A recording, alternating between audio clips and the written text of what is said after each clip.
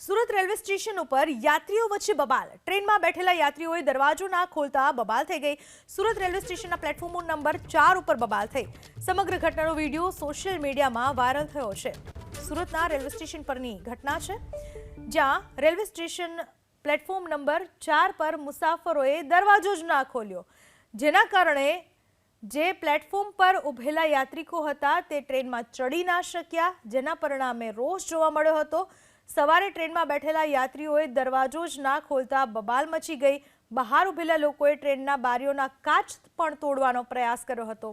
સમગ્ર ઘટનાનો video social મીડિયામાં વાયરલ થઈ રહ્યો છે. દ્રશ્યોમાં જોઈ શકાય છે, જે યાત્રિકો અગાઉથી ટ્રેનમાં બેસેલા હતા એમણે ટ્રેનનો દરવાજો જ ના ખુલવા દીધો, જેના પરિણામે સ્ટેશન ઉપર જે ભીડ હતી એમાંના એક પણ વ્યક્તિ ટ્રેનમાં ન ચડી શક્યા, જેના પરિણામે બબાલ થઈ ગઈ.